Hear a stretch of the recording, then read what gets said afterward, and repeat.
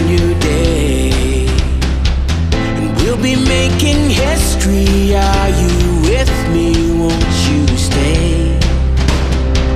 We have come so far. This is who we are. And like the rising sun, we have just begun to play our part. This is the time we form the chorus. Lift your voice for those before us. We can rely on one another. Feel the pride, let's show our colors. We are heroes and dreamers. We are restless believers. Good morning, good afternoon, good evening, whatever times, wherever you are. This is Gail of Gaia, also known as Shari Talaya, and I am hoping that you can hear me. This is take number 3. Would somebody else let me know if you can hear me? Just put in a message.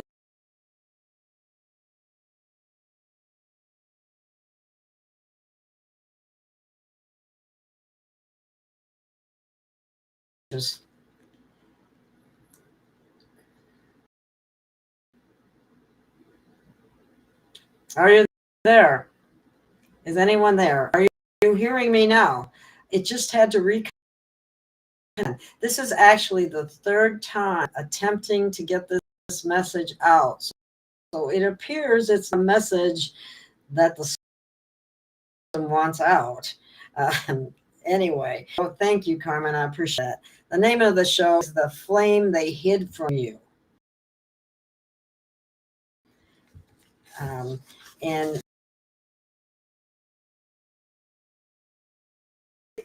I'm not here to argue about religion.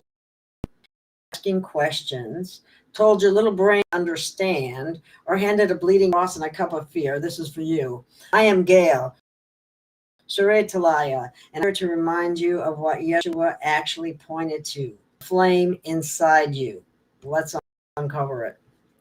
When I was a child, I asked simple questions no preacher can answer. How can Jesus sit beside the Father and also be the Father? How can he save people already dead and those not yet born? I swear the system doesn't want this message out. It's a message too.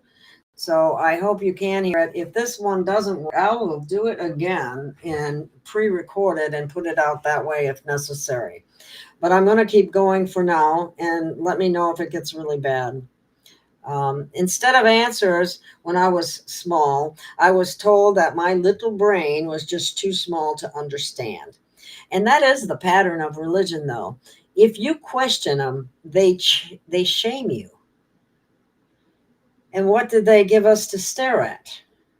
When you think about what's in every church you see Yeshua bleeding on a cross, hanging his head, thorns on his head. You have to ask yourself, if someone you loved was tortured, would you want them remembered forever by the weapon that killed them? Think about that. That's not remembrance. That's trauma. The cross is their logo, not his legacy. And what about communion? They say, drink the blood and eat the body. That is a satanic ritual, okay? That's blood magic disguised as something holy. Yeshua never asked for that. He broke bread and poured wine to remind us of unity, fellowship, gratitude, the living flame within. The church twisted it into control. When I was homeless, Christians turned me away. A drug house actually showed me more compassion than the church ever did.